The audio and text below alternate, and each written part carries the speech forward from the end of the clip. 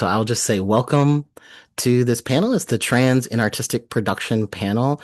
My name is Erica Chu, and I'm just really happy that you're here. The panelists, I'll be reading their bios shortly, but they are all Chicago based. So that's kind of cool that we're kind of focusing in on a location. So thank you so much for being here, panelists, and agreeing to be a part of this. Just as we get started, I wanted to highlight that this is the first of two panels, and this event is funded by the Tentacles Initiative. So thank you so much, Tentacles, for your support. But I'll go ahead and the read the intros for all three, and then we'll get started with our first panelist. Okay, so our first panelist is Aqdas Aftab, who is an assistant professor of global South literatures at Loyola University Chicago, where they teach courses on diaspora literature, post-colonial literature, and critical theory.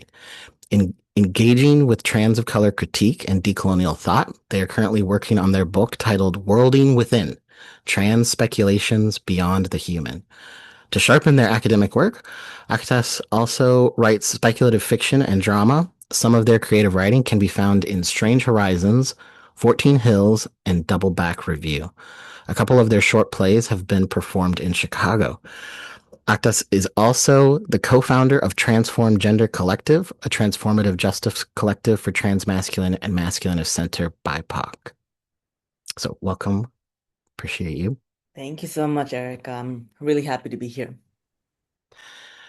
All right, and our second panelist will be Adrian King, who is the Chancellor's Postdoctoral Research Fellow in Transgender Studies at University of Illinois Urbana-Champaign.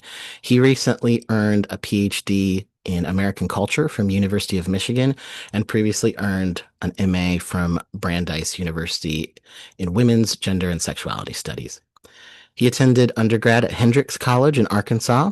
Adrian is currently working on a book project titled Televising Trans Visibility: Black Transmasculine Representation and Changing Television.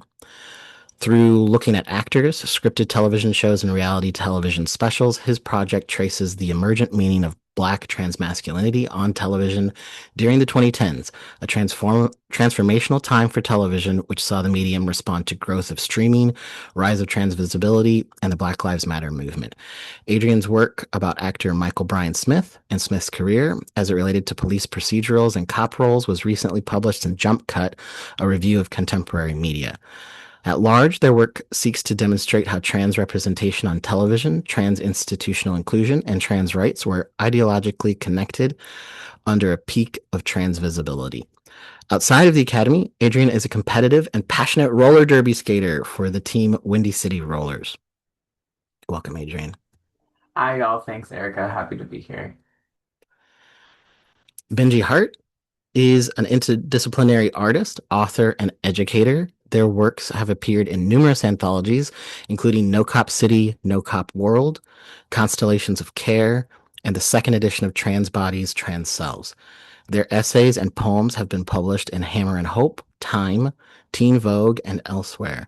They have been interviewed in Public Books, Lambda Literary, and on the Love in a Fucked Up World podcast, and has been a guest presenter in the American Repertory Theater, the Barnard Center for Research on Women, and the National Museum of African American History and Culture. Their performances have been featured at the Seattle Art Museum, Outsider Fest, and Den Free. They have received support from Maggie Alisi National Center for Choreography, Yaddo, McDowell, and were named one of 2026 Writers to Watch by the Guild Literary Complex. Welcome, Benji. Thank you. Thank you so much for including me.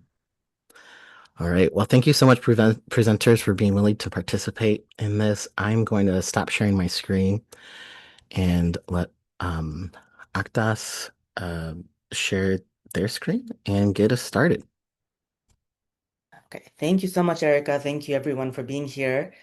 My talk is titled Trans-Species Metamorphoses in Trans of Color Fiction. So I am Aqdas Aftab. I use they and he pronouns. I live in Rogers Park, and I'm always really happy to connect with neighbors.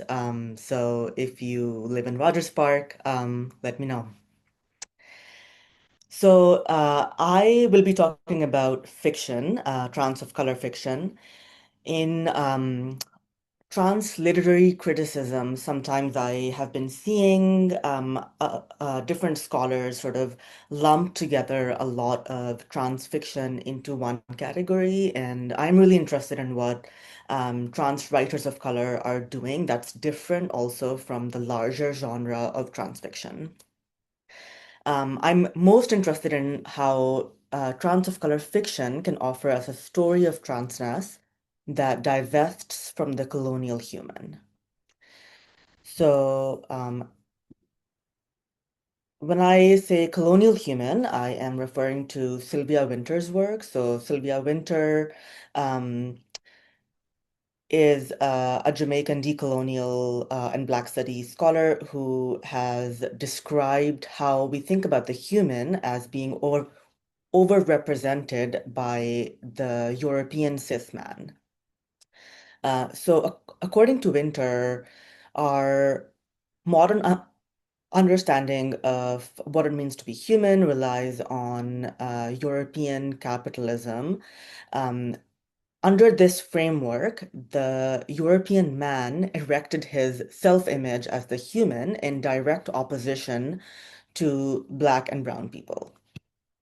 Sylvia Wynter also talks about how the colonial human or man is human uh, basically relies on narrative. So the ways in which this human is consistently sort of reified, recycled, naturalized is because this human is constantly telling a narrative, but also making its narrative agency opaque. So it's doing a production, but not really allowing us to see its production as a production. Winter says that this human tells only a singular narrative about the possibility of human freedom, in which freedom is only imagined through individualist, rational, and economic freedom. Winter's import for our contemporary moment of trans politics is to challenge the ways in which Western liberal trans politics plasticize and expand the modern human. So I'm really interested in the ways in which the Western liberal trans movement has sought assimilation into the human instead of actually challenging this human. Um, So I will just go over some of my critiques of what I mean when I say Western liberal trans politics. One of the very sort of pervasive frameworks of thinking about transness in our contemporary moment is the model of gender identity. And this model of gender identity is usually framed in a very individualistic manner. The term gender identity was actually coined by a conversion therapy proponent, Robert Stoller, in the 1960s. Horrible guy. But this idea has actually become transformed into neoliberal ideas of choice in our contemporary moment.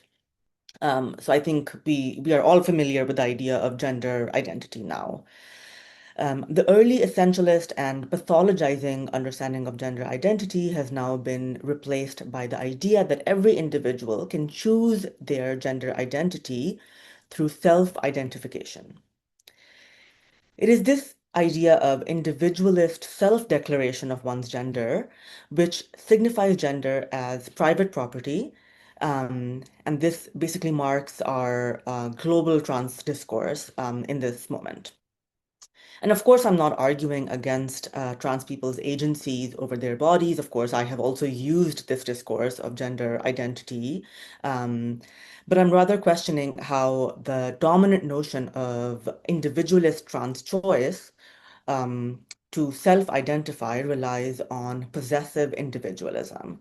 And possessive individualism has a long history within Enlightenment discourse, which is relying on this idea of the individual self as this private being who has the right to basically own property. Um, And we know what that means. Contemporary discourse on trans rights does deviate from the colonial humans' original cisgender heterosexual configuration, but by seeking inclusion within coloniality, it merely plasticizes the form of the human rather than abolishing its foundational logics. So if it is a singular narrative of human freedom, which is articulated by this colonial man that is sustaining the human, then how can we locate alternative narratives of transness that divest from the colonial human? I am interested in exploring how trans of color fiction might offer one possibility of narrating transness in a different way that does not rely on possessive individualism. Trans of color fiction seems to be looking for a different kind of narrative possibility to articulate racialized trans life. I'm also particularly interested in elements of speculation within trans of color fiction that imagine a way of becoming trans that is rooted in relationality rather than individuality. So while trans realism is invested in what is and what works, trans speculation showcases what could have been or what could be possible. By using the speculative impulse of narrative fiction, many contemporary trans writers of color are building different kinds of worlds where trans life is in this ontological relationship with other beings, both human and non-human. So these are just some novels that I've listed here. Most of these novels narrate transness through their characters' engagement with the non-human, usually an animal, either through allegory, metaphor, or some kind of fantastical or magical world building. Generally, many human-animal metamorphosis stories challenge how we think about species distinctions. And I think that this is being done a lot within TV also, where there are a lot of different stories that we're getting that are deconstructing the human-animal binary. But this deconstruction of the human-animal binary, which is often taken up in post-human discourse, um, I feel does not fully reckon with how the human-animal binary relies on ideas of racialized gender. And here I'm citing Zakiya Iman Jackson's work, where she talks about how the human-animal binary is always a racialized binary. So I'm really interested in how this trope, basically, of trans species metamorphosis is being used by trans writers of color to subvert the decolonial human. Generally, allegories, myths, and metaphors shape our experience of gender transition. So the ways in which I have experienced my gender transition is informed by different myths and metaphors that are around me. I read species crossing in many of these texts not only as an allegory for gender crossing, but also for a kind of transness that articulates the self in relation to non-human and human life. Therefore, allegories of species crossing might conjure ways of imagining and narrating gender transition differently. So I'll just give one example of my reading where I am doing a certain kind of sort of allegorical reading of trans species metamorphosis. And in this reading, I am thinking about how a specific story can actually help us challenge the ways in which we give form to our trans desires. So J.Y. Yang's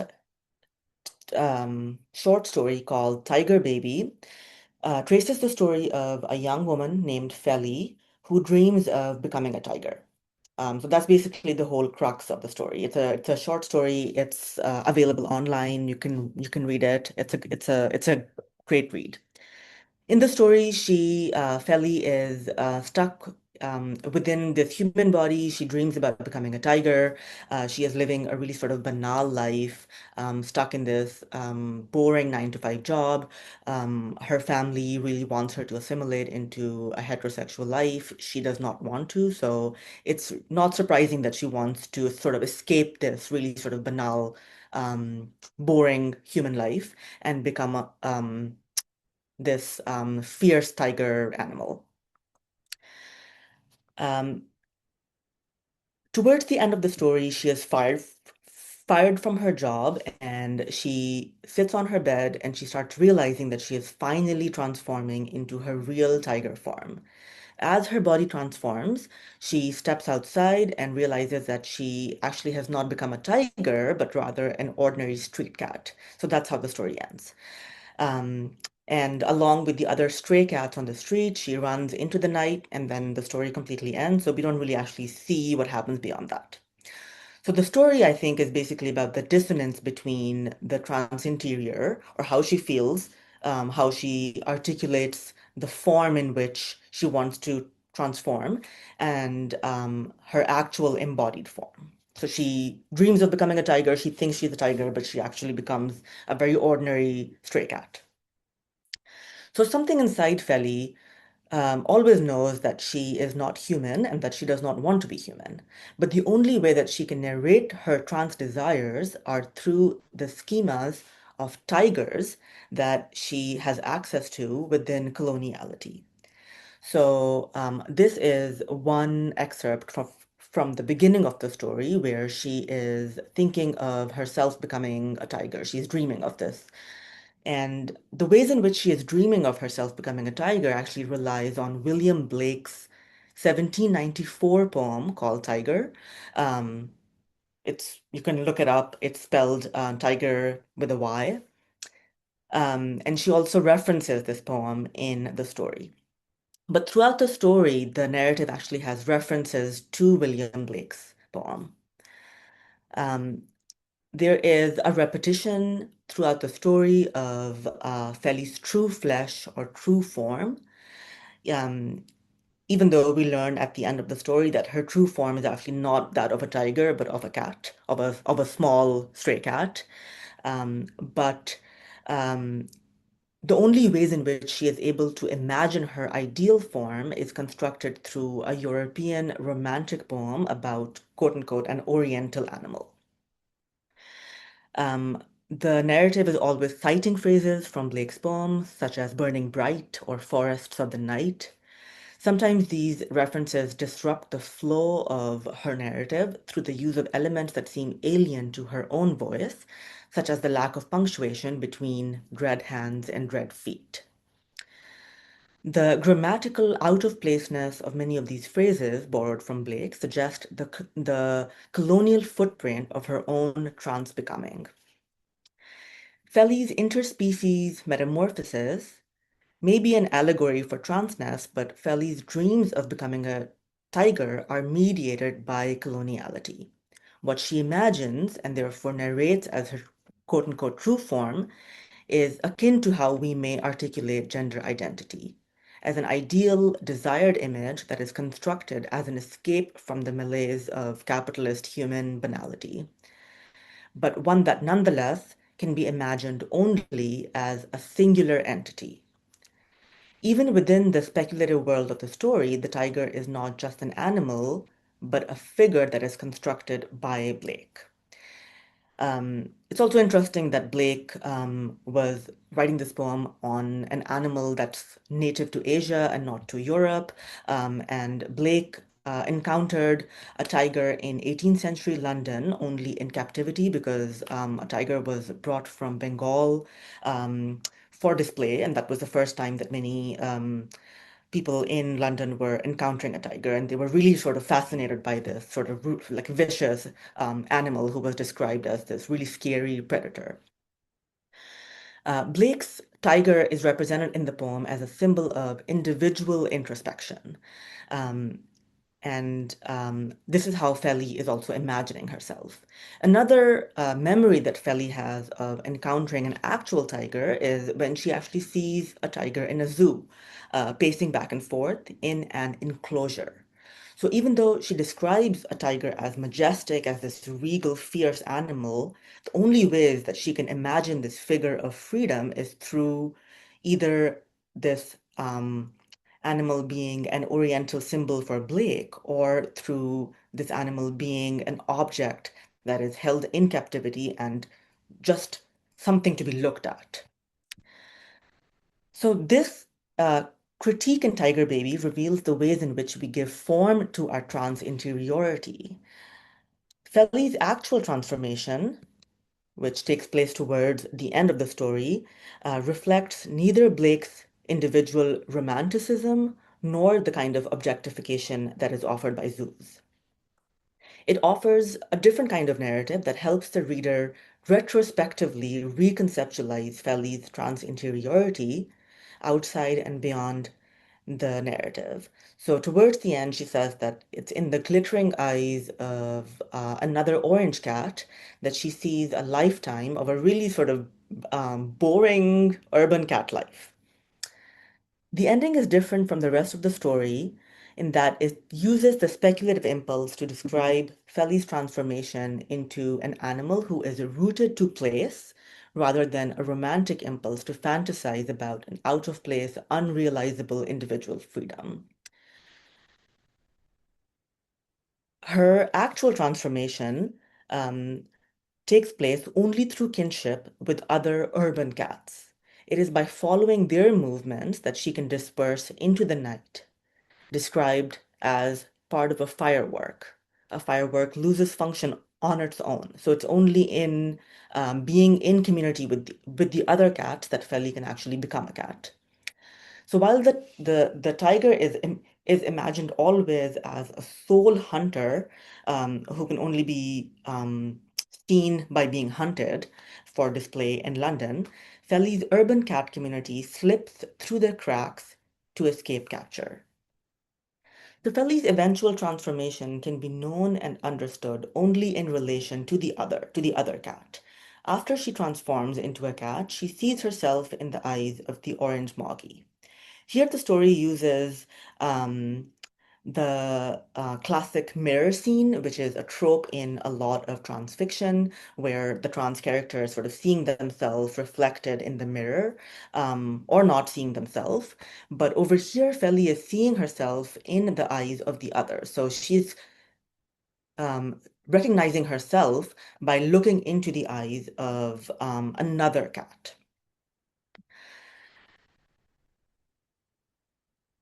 She gains a form of recognition in the eyes of the Moggy, realizing that she is no more exceptional than the other community of cats that she grew up around. She loses the imagined, exoticized image of the dreadful tiger, but instead she gains trans intersubjectivity. This trans intersubjectivity, or the lapse between seeing, being reflected in, and becoming the other, erupts as a moment of possibility outside the colonial human in which the self is not individualized. The self emerges only through other chosen and sometimes not chosen kin. So Feli shifts from identifying as a tiger to identifying with the community of cats.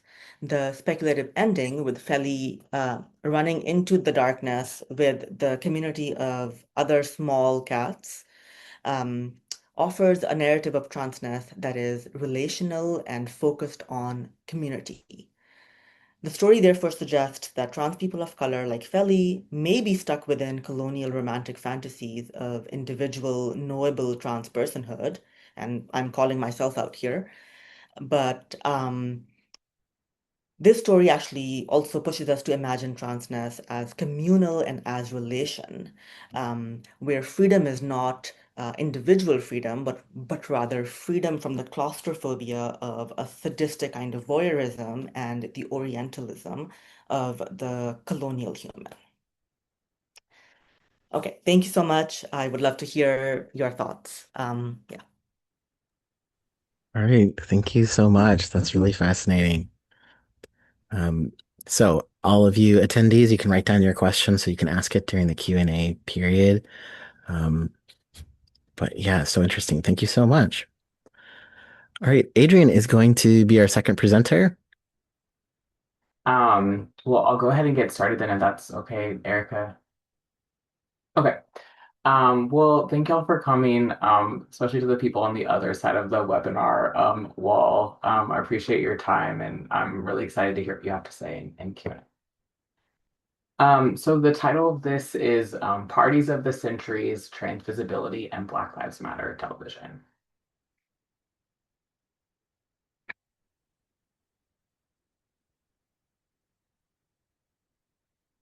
Just before the premiere of the CW's 4400, a 2021 reboot television show, a YouTuber named Pop Thesis made a fan video in which they made predictions about each of the characters. Specifically, Pop Thesis attempted to guess which characters from the show would be parallel characters from the original USA Network's The 4400, which first aired in 2005. Although they are very different shows, the shows have a similar premise in offering commentary on contemporary social and political issues. 4,400 people are involuntarily time traveled from various decades to the 20th century and brought to the present being 2004 in the original and 2021 in the reboot. The group known as the 4,400 face discrimination based off their experience and eventually develop superpowers as a result from the mysterious conditions of their time travel. In particular, Pop Thesis hypothesized that one of the characters from the 2021 reboot, named Dr. Andre, would be the parallel character to actor Mahershala Ali's Richard, a character in the 2005 show. Richard is the only Black character in the first season of the show, whereas the reboot has a majority Black cast. Richard is physically attacked by racist white men because he's dating a white woman, Lily. But Richard is spared from injury because he's time traveled, again, involuntarily and surprisingly, to 2004 during his attack. Shortly after arriving in 2004, he meets a fellow time traveler, Lily's granddaughter, who is also named Lily, and they begin a relationship. Through this coupling, the show presents racial progress in the United States via interracial Black man, white woman dating, shown as impossible in the 1950s, but very possible in the 21st century.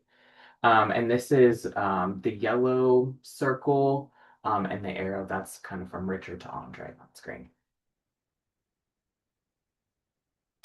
Yet, Pop Thesis's comparison of Richard and Andre, Pop Thesis missed a key detail about Andre that was alluded to in the trailer and stated explicitly in shows and interviews with showrunners.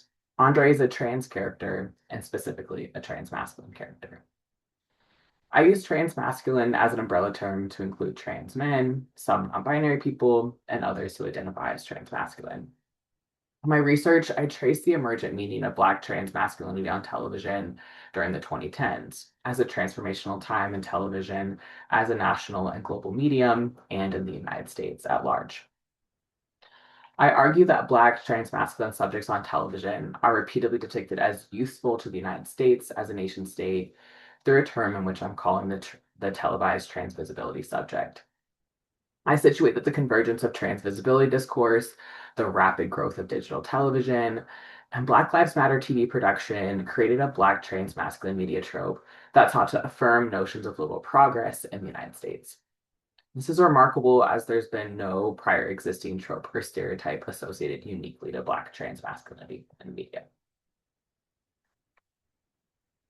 The Black trans masculine character that I focus on today, Dr. Andre, originates in the 4400 universe as from 1924 Harlem, a significant time period for Black artistic and cultural production. I turn to Dr. Andre as an example of a trans character that is shaped by both a heightened moment of trans visibility and as a corporate response to Black Lives Matter.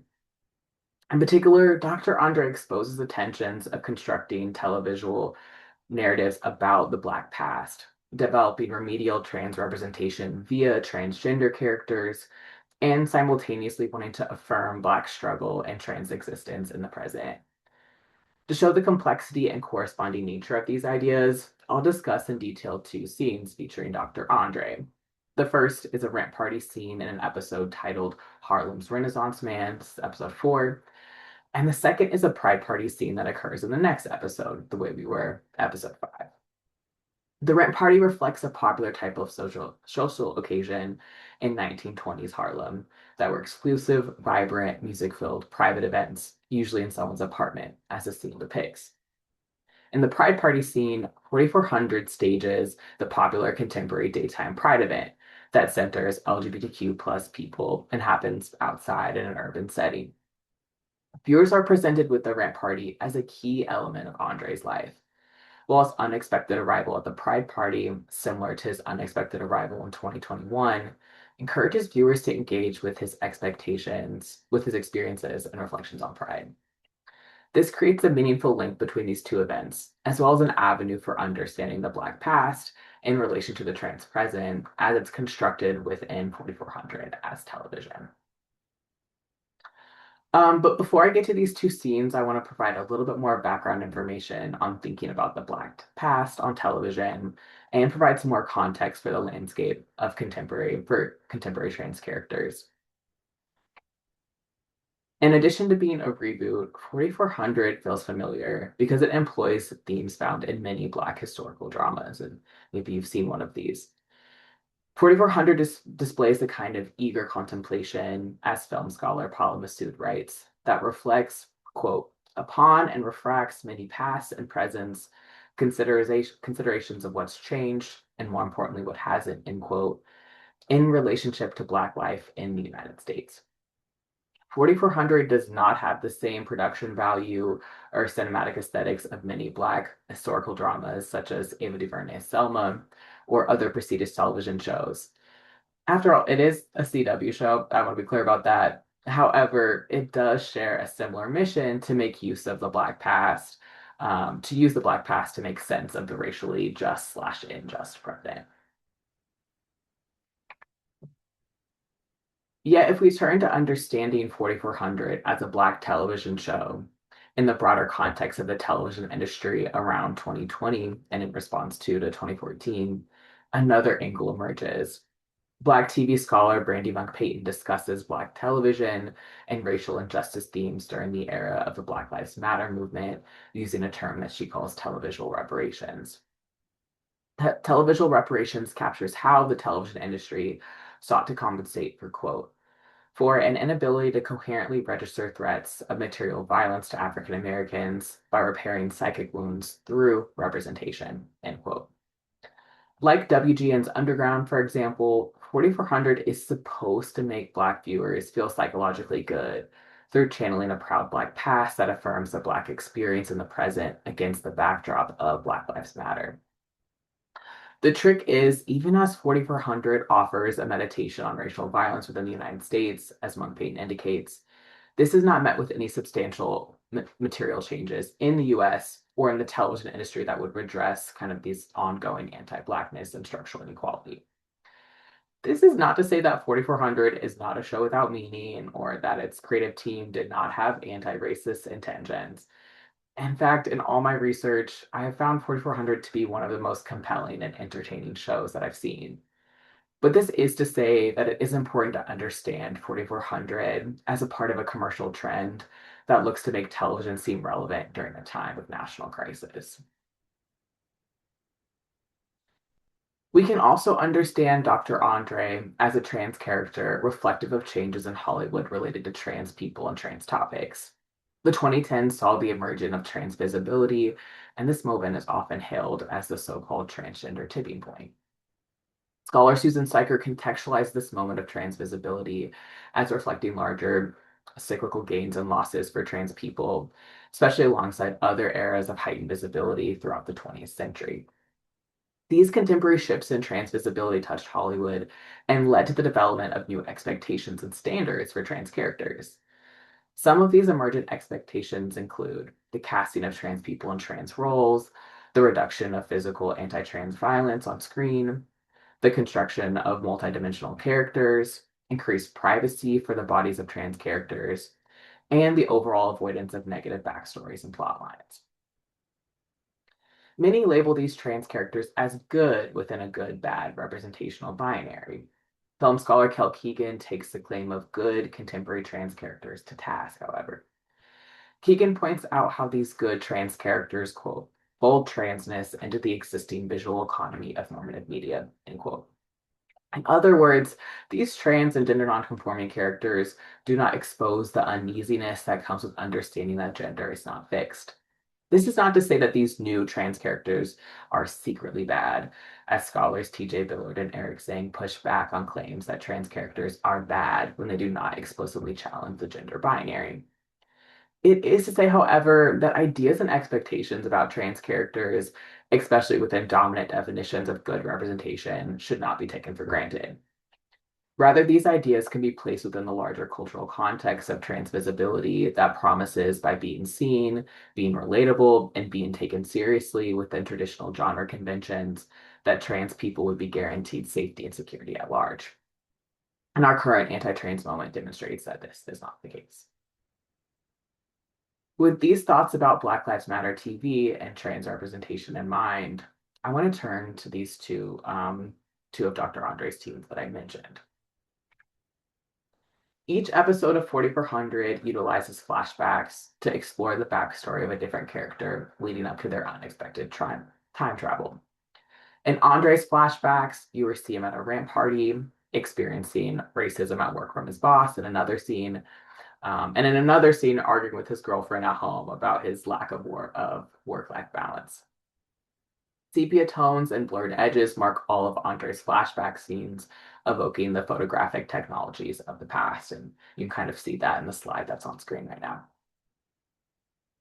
In the rent party scene, the party occurs in a domestic private space with singing, dancing, and drinking, and the presence of almost all Black people in a variety of gender expressions. Andre attends with his girlfriend, Cynthia, and it's possible to read Andre's girlfriend as also trans. Andre converses with a few people who we might understand to be pansies, a popular term for effeminate men during this time, about his challenges at work as a research doctor. In the background, masculine presenting and woman-loving performer Gladys Bentley's song Worried Blues is performed by a Gladys Bentley lookalike. It's through the set, costuming, music, and casting that the scene intentionally reflects Black queer life in the early 20th century, highlighting Andre's prestigious position as a doctor in particular.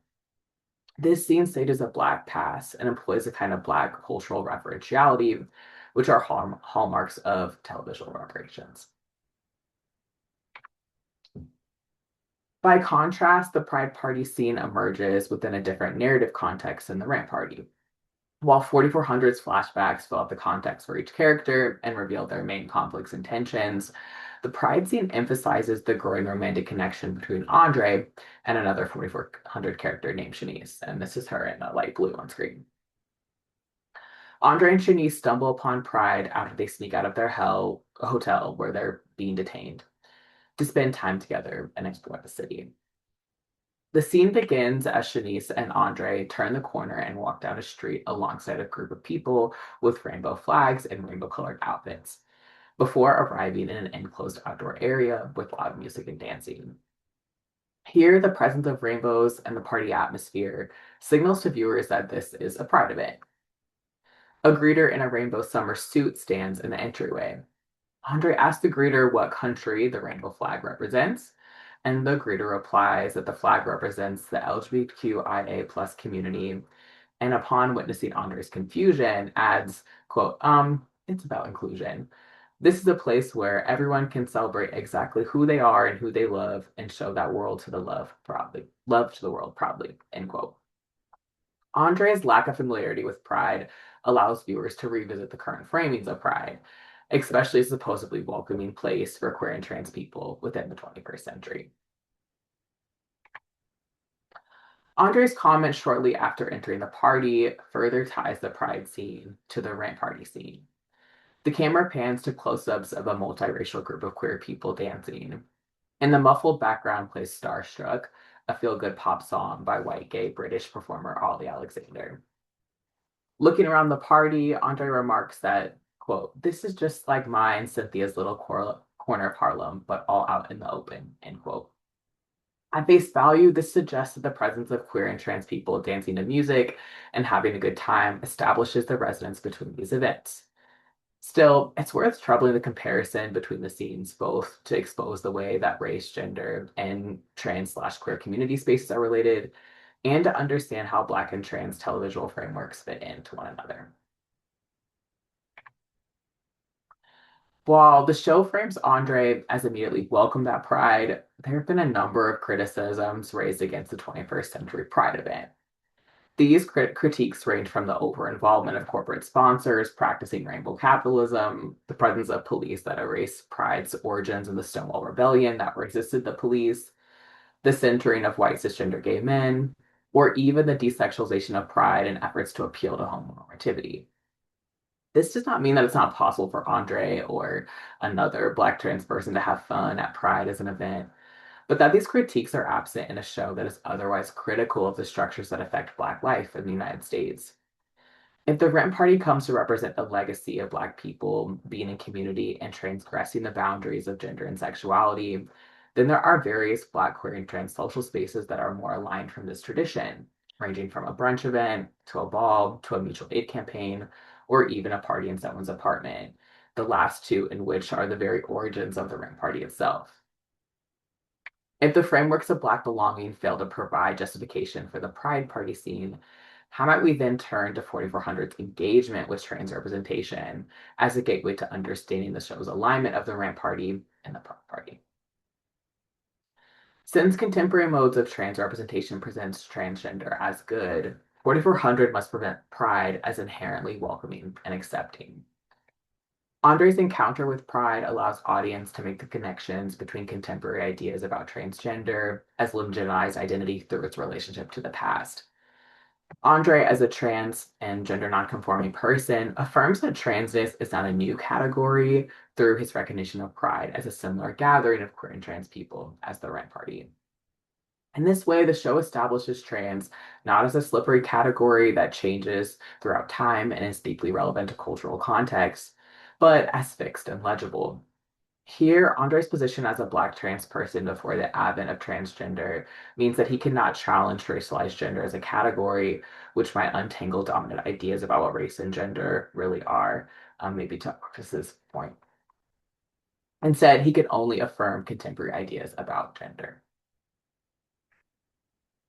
By positioning the Pride Party after the Rent Party, 4400 frames Andre and his queer and trans community as the predecessors to the more racially diverse modern LGBTQ plus community. This thesis that seems to emerge from this comparison is that Black, queer, and trans people helped to make Pride and queer acceptance what it is today. This is not a false statement. Black people were and are a part of organizing and resistance movements fighting for queer and trans life and liberation.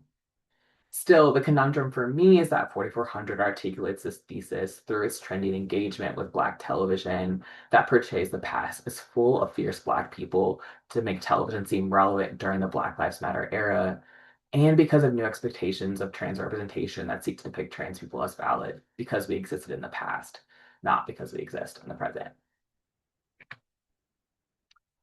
In retrospect, perhaps Pop Thesis was not entirely wrong by naming the original 4400's Richard similar to Andre. Both characters are tasked with demonstrating how the past is different from the present. Even as 4400 aspires to deliver the critical engagement with the Black past that the original seriously lacks, the reboot's alignment of the Rand Party and of Pride exposes how Black Lives Matter TV and trans visibility themes shape the show. On the whole, examining Dr. Andre's presence on 4400 helps us understand the conditions necessary for a Black trans and especially trans masculine representation to emerge. And it exposes the televisual logics that shape Black and trans characters, even when they make us feel entertained and feel seen. Thank you. Great. Thank you so much, Adrian. All right, Benji, whenever you're ready, you can begin. Thank you again so much for including me on this panel. It's an honor to be here with you all. My name is Benji Hart. Again, I use they, them pronouns. And I am not an academic. I am a freelance author, artist, and facilitator, educator. So I hope that what I prepared is relevant and useful in some way to you all here today. But I'm going to be mostly talking a little bit about my performance work, my creative work, and hopefully tying in some of the themes of other amazing folks on the panel in terms of where transness, where gender variance and really sort of philosophy, as I think other folks are already really beautifully outlining around what even gender is and sort of where our understandings of gender as TGNC people of color working within the frameworks of white supremacy and colonization. Where do those understandings even come from, and how do we sort of reimagine, rework, and reclaim those things for ourselves? I hope will come through in some of what I have to share with you all today. So just to give a little bit of background around my practice, my academic training, my academic history is in Black Studies and elementary education. A lot of the work that I do currently is working with young people, but really folks of all ages and all generations, leading popular education and political education for movements, for organizations, with a heavy emphasis on ethnic studies, police and prison abolition, as well as demilitarization.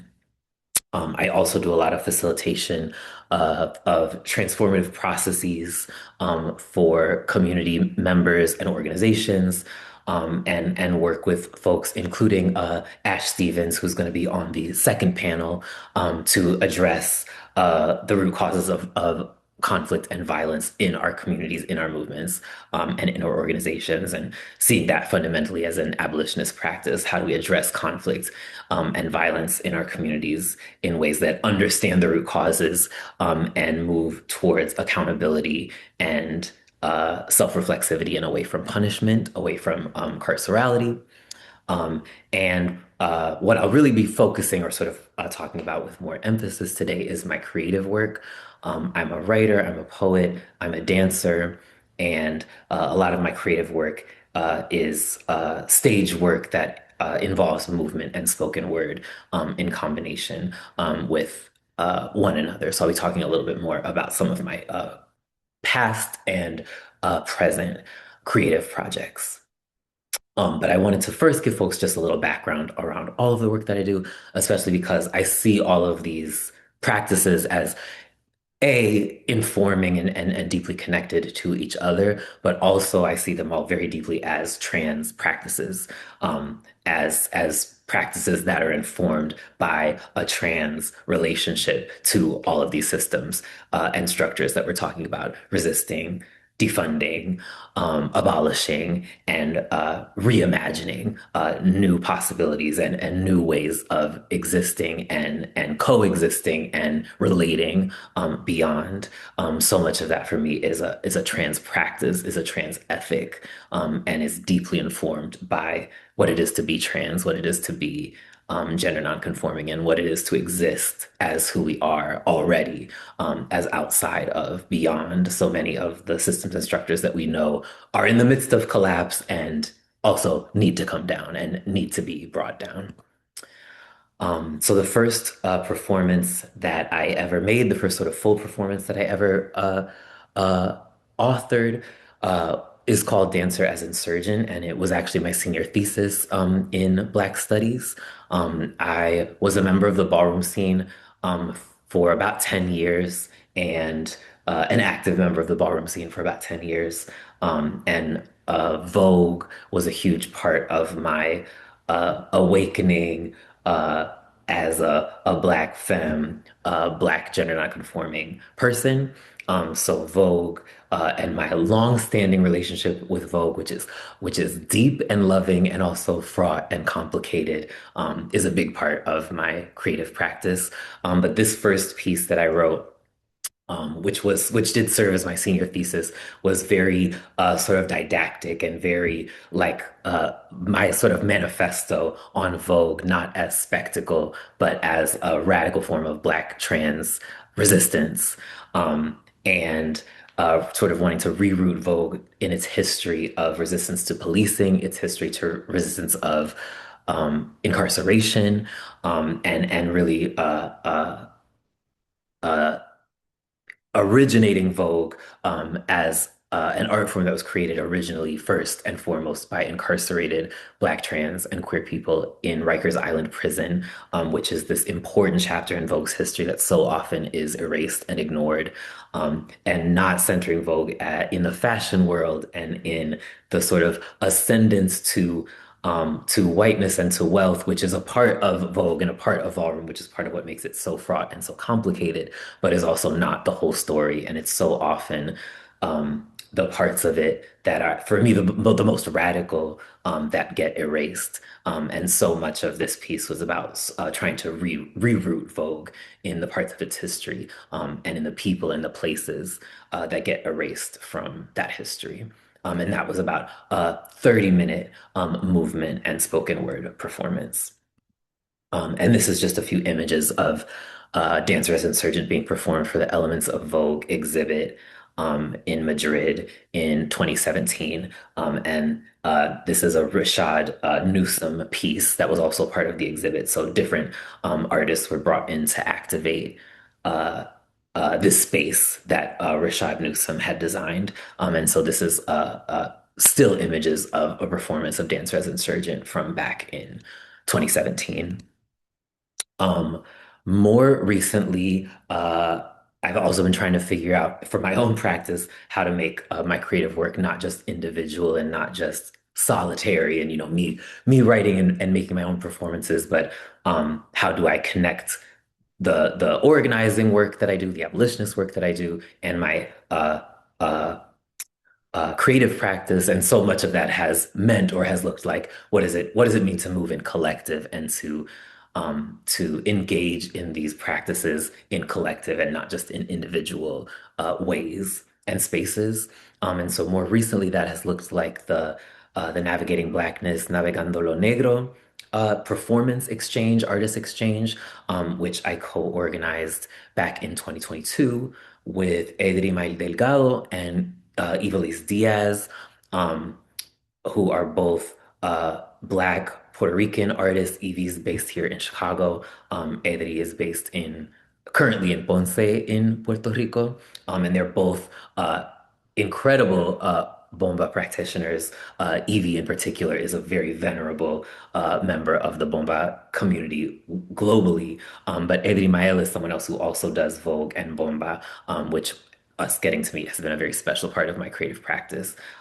So this was a series that we put together and it involved programming in both San Juan and Chicago, exploring the themes of gender and sexuality in Black diasporic traditions, and really was sort of a wedding of Vogue and bomba. And so there was an all-gender skirt class where Evie taught skirt work, which is bomba traditionally is very gendered.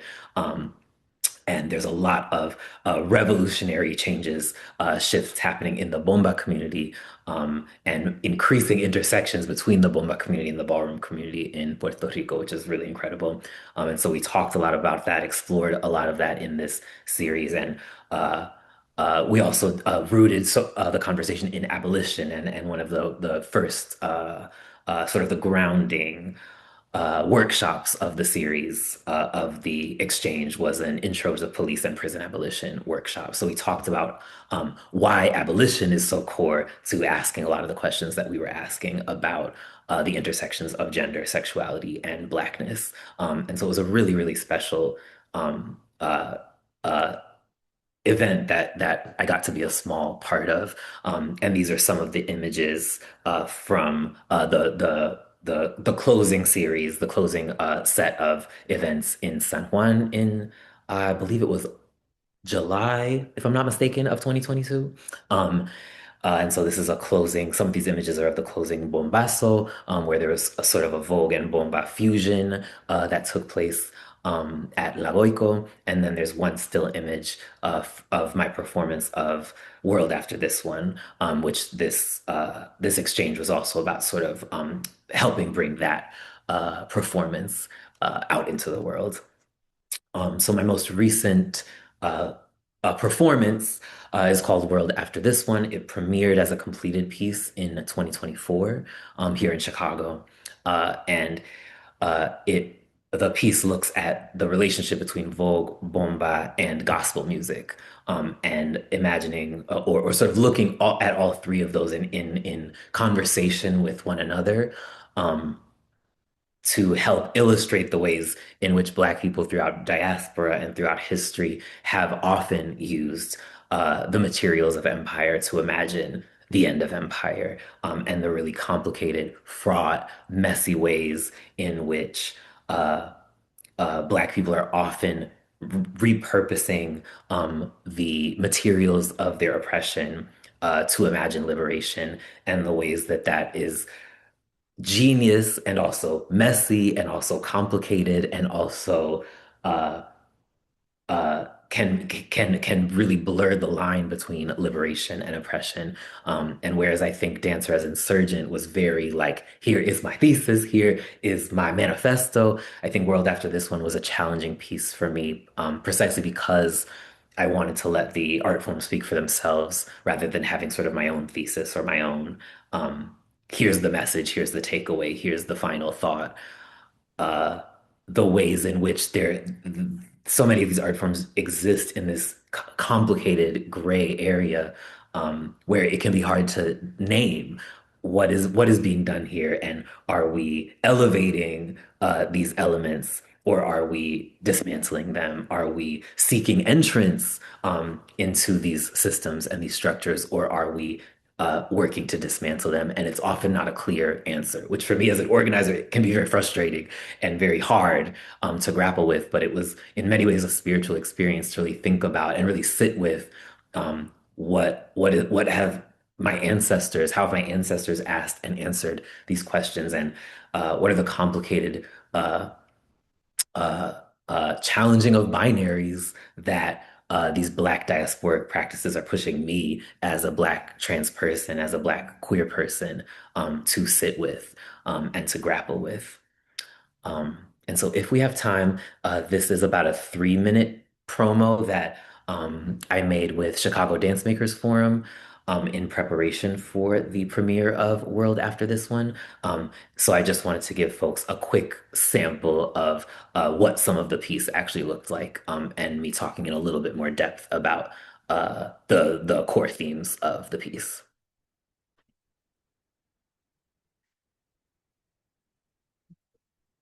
World After This One is a movement and spoken word piece looking at the three art forms of Vogue, gospel music, and bomba, and sort of examining the different lineages, histories, and struggles that those three art forms share, and using them sort of in concert with one another as examples of the ways that Black people throughout diaspora have used the tools of empire to imagine liberated futures, understanding sort of the movement as itself a form of history and itself a form of memory, and something that isn't just for show and for fun, but is rooted in struggle, rooted in ancestry, and rooted in community in these much broader and deeper, really spiritual ways. I think that was when my relationship to dance started to shift, and sort of seeing myself as a dancer, and that being a more core part of my identity, or a way that I would name myself that I don't know that I would have previously. Rikers Island, named in part for Richard Riker, 19th century lawyer who takes particular pleasure in returning Black Northerners to their former Southern owners. Incarcerated queens Vogue, before the induction of the term Vogue, entertaining their fellows in bondage. Shaping it and bringing it out into the world has been a 6-year project, which is definitely not what I envisioned or imagined when I started out on the journey. But I think even longer than that, I think I've been looking for ways to underline and connect these different art forms that are really important to me and aren't often in conversation with one another, or at least not in conversation with one another as frequently and as deeply as I would like them to be. Naming all of these art forms as Black art forms, naming all of these art forms as ones that are rooted in histories of struggle, in histories of resistance, not just to oppression broadly, but to state violence and to the state as an apparatus, and overtly politicizing these forms and contextualizing them in that history is really important to me. Black art forms in general are often intentionally decontextualized for consumption, for palatability, and are treated as just spectacle. And for me, that's not just disrespectful to the art form. It's hard to call it the art form at that point when we're separating it and the reasons for its creation in the first place. This piece is for Black people. This piece. And I'll pause there for time, but just to give a little bit of context for that performance. Um, and This is in progress, but just to close, I wanted to share a little bit about the current project that I would say more so thinking about than working on. It's very much in its formative stages. But again, in sort of trying to combine different parts of my practice, the current project that I'm thinking about dreaming up, I'm imagining as moving a little bit away from a traditional performance into more sort of a workshop presentation performance, tentatively titled No One Is Coming. And For me, the hope here, the goal here is to continue to dig into these contradictions that exist in a lot of these Black diasporical art forms, and using that as sort of an entry point, a gateway for participants to examine their own contradictions. And I think in this moment, a lot of the organizing I'm doing or struggling to do, I think a huge theme is these huge political rifts that we're all experiencing, and that for us as trans people in particular, we're so often being used as the rift, that there's so much isolation in our political moment and so much gridlock in terms of people being really good at criticizing the political stances of others and having a much harder time reflecting on the contradictions inherent in their own beliefs and values. And if we actually want other people to reflect on the contradictions that they're carrying and they're holding, where is the space in which we reflect on our own, and do that work together and collectively? And how can contradiction actually be a site that is generative instead of something to be sort of pointed to as you're a hypocrite, you're a liar, you say this one thing and you do another? That, again, from sort of an abolitionist perspective, that's actually normal, that's actually natural. Our actions and our values misaligning is constant and is ongoing. And if abolition is actually that space where we actually examine the contradiction and try and figure out how do we bridge, how do we actually enter into that space between our actions and our values? How can that space actually be a generative one and a vulnerable one, rather than one we have to pretend that isn't there and be ashamed that it exists? How do we actually face it and confront it and see it as generative? And Some of the lenses that I'm hoping to use that in this piece are dialectical materialism, excuse me, which is this Marxist idea that I think is really interesting. I think it has some limits, but also some really interesting connections to a lot of what I see happening in our current political moment, as well as, again, kind of these continued questions that for me, Black diaspora art forms force us to ask about contradiction and about the master's tools and about what does it actually take to create in real time the kind of world that we as Black trans people are trying to imagine. And I will stop there. Thank you so much, Benji. Okay, so we get to have some Q&A time now. I guess I'll just kind of start off a little bit in terms of Aqdas. I know you are also a writer. Um, I mean, besides academic work, creative writer. So I wondered if you were willing to talk about that a little bit and how it might be related to some of the themes that are being talked about today, particularly how trans perspectives or gender nonconforming perspectives play into um, how you are envisioning your academic work in combination with your creative work. Yeah, that's a really good question. Thank you, Erica. I think Benji's talk was so inspiring for this reason. Because I think that the connection is always there because I'm grappling with similar questions, but it's never, I don't know, I don't feel like I'm able to present it to the world that way. But I think many of the larger sort of philosophical questions that I'm grappling with, I I think I try to maybe explore them through fiction and through just like stories. I've always liked stories. I read stories, I tell stories. I'm not often able to completely deal fully with the contradictions that Benji was talking about. But I do think that storytelling gives me a way to think about the contradictions and also sort of connect the more sort of disembodied academic work with myself. Because I think that we are all part of what we do, and sometimes we frame it that way, sometimes we don't. Um, but yeah, I think just the larger sort of speculative philosophical questions I think I'm asking come into the stories, and I feel like the stories are more accessible to my friends who may not be reading my academic work, but who will be reading my fiction. Yeah. I don't know if that was a clear answer, but Yes, that's yes, it what I have. was. Thank you. Thank you. We have a question coming in written form, and it says, as documentation slash publication slash exhibition of trans works, creative or academic, is so important and takes financial resources. What documentation methods are you excited about? How are you excited to fund them slash what is working? So documentation methods that excite you and how does all this get funded? What's working? I can take a shot at this. I unfortunately don't have an answer to the sort of like funding question, but maybe what I'm gravitating towards in this is like the question of documentation. So I was talking about 4400, which is actually not available for streaming, which feels very wrong in a moment in which it seems like all sort of like film and television is accessible to us if you put your credit card or have a free trial for the right sort of like app.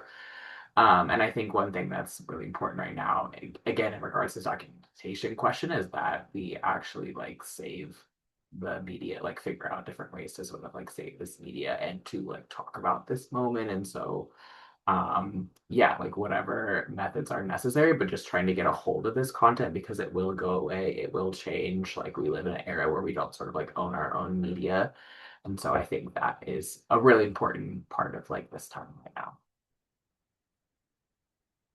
Or maybe Benji, in terms of your work, performance based, how does stuff like this get documented? I mean, this presentation helps document your work to a certain degree. We'll be posting it on YouTube later. And then you pointed to another video promo that was capturing something of that. But yeah, how does your work get documented or the work that you interact with? And and maybe the fleetingness is also part of the point. It'd be helpful to hear what you think on that. Yes, it's not my area of expertise, but I think it's an important question and one I need to ask more, frankly. I think an important part of my work is that it's embodied. So some of it is some of it is memory, some of it is movement, and there's, I think, an important quality to that in some ways can't be replicated or can't be um, taken in quite the same way, profited from in quite the same way. And also, um, documentation is so important. And I think, yes, the fleeting nature and also the historical record is so important. And I don't just mean of my work, but of all of this history, the history of the ballroom scene, history of abolitionist movements, both current and historic. Um, and I think we are in a moment, as Adrian is pointing to, that not only do we own so few of these platforms, but we should be actively distrusting of those platforms. And I think we need to be. I think it's a really scary moment because we've become so reliant on social media. We've become so reliant on all these structures that really are owned by um, the class that is trying to kill us. And I think it's a scary moment, but also one of like, yeah, we cannot, it is actually unsafe to rely on social media. You know, social media is surveilling us. We need to be documenting these things in other places. You know, it's not just that we don't control those things and they can be, you know, deleted and taken away, or, you know, our access can be blocked. It's also actually unsafe, I think, and increasingly unsafe for us to be interacting with, spending time, putting our work, putting our words and our ideas on these platforms that really are surveilling us and building the case against us and against our communities. So I think documentation for me is not just a question of where does our work live, but how do we actually regain control of our work? And how do we build networks and forms of documentation that can outlive so many of the systems and structures that we know are collapsing around us. And I think the digital structures, you know, as much as they are being expanded in these terrifying ways, they're also collapsing simultaneously. And so, you know, if we lose, if the government shuts off the internet tomorrow, where does our work live? If it becomes truly unsafe for trans people to be on social media, where does our work live? I think those are safety questions we need to be asking, as well as organizing questions, as well as creative and academic and historic record questions. I think it's all of those things simultaneously. Thank you. Yeah, and that question also points to, the difficulty with funding those efforts. But Benji, as you talked about how it's also just memory and your focus as an educator, and your comments about networking, yeah, like that is a central part too. Thank you. This question says, I'm interested in hearing your thoughts on the relationship between the idea of the relational self, thinking of Feli becoming a truer self when becoming a cat, representation as reparation, and the relation to the past to support the legitimacy of the present, and the embodied, hungry, unhoused, in danger trans self. It's kind of complicated question. Attendees, can you see it? Can you see that question come through? Okay. I'm not sure if I'm fully understanding the question, but I'll answer based on maybe my half understanding. I think the idea of the relational trans self is a historical idea. Like it does connect to um the the past in the sense that I think it's so much of the ways in which the self is imagined within liberal thought removes it from memory and removes it from history, where the self is imagined completely sort of like in a historical vacuum. And relationality asks us to always be historical in our sort of personal understanding of the self in terms of like ancestry, family history, but also um, history with like a capital H. Um, yeah. And I'm not sure if I fully understood, so maybe Adrian, I think the representation as reparation maybe was from your talk. So maybe you can speak to that. Yes, I'll take the baton. Yeah, I'm also trying to figure out the best way to answer this. You know, I think at large, like representation, it feels like it's such a hot spot. Like it's such a concept that's infused with so many ideas about like, especially as marginalized people, like what we deserve, like what we want to see, like what was bad, and like what can be better now. Like it just really it carries like a lot of weight within it. And so I think that for me, and I think the scholar that I was pointing towards in my work, Brandy Monk Payton, like what she's kind of arguing is like the TV industry is able to capitalize on in the wake of Black Lives Matter. So in the wake of 2014 and the wake of 2020, like the industry is able to say like, oh, we know you want to feel good. Like we got you. We know you want to feel good. And so we can like we can basically like greenlight some more Black content so you like feel that way, you know. And I think for me, as someone who's like now watched a lot of TV doing this research, like I want to like from a viewer perspective, like really allow people to gravitate towards like whatever representations and characters that they find fascinating. And those aren't always good ones and they in the kind of broader sense of good and they're like really complicated and different things can sort of like resonate with us. Like I think that can still be true and be possible. And what I'm trying to do is like resisting saying that something is good or bad.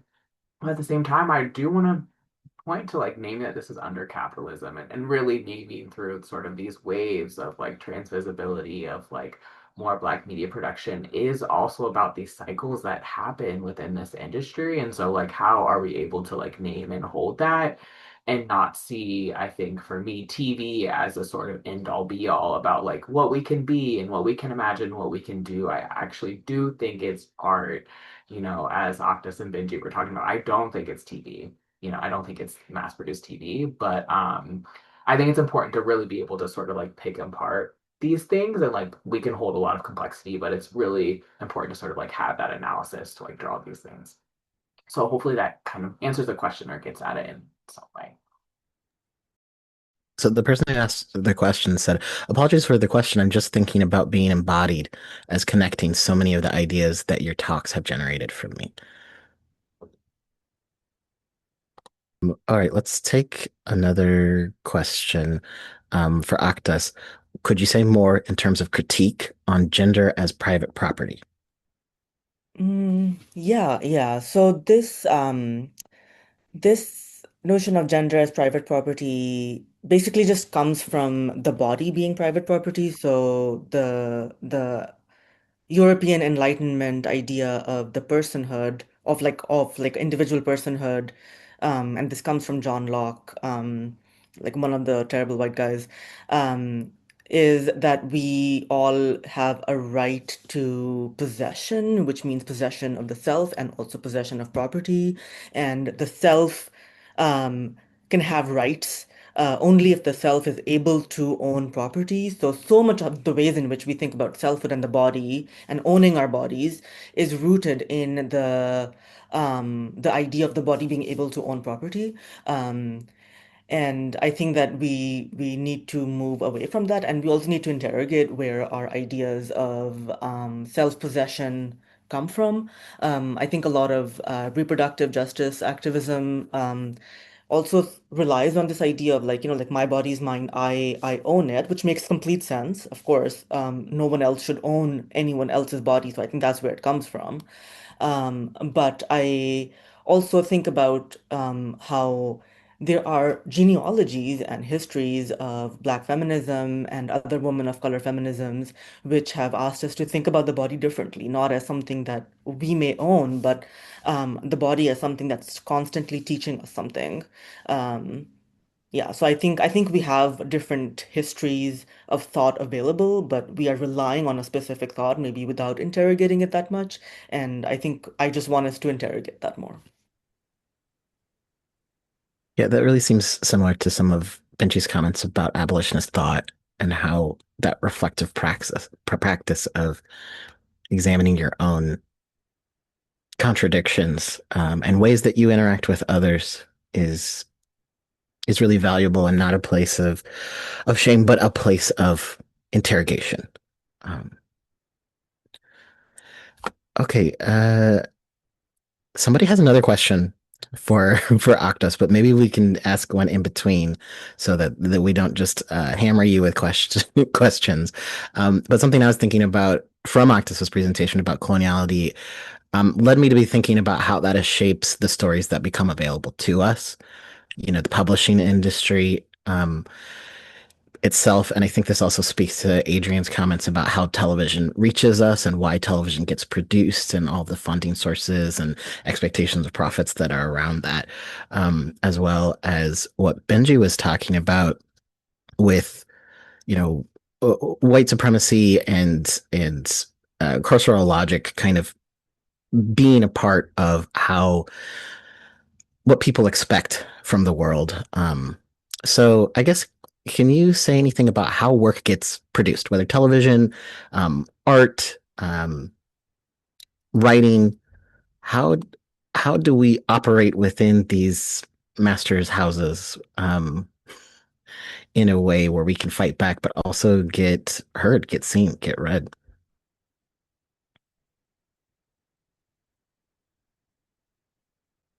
Maybe the question's too broad, but let me try again.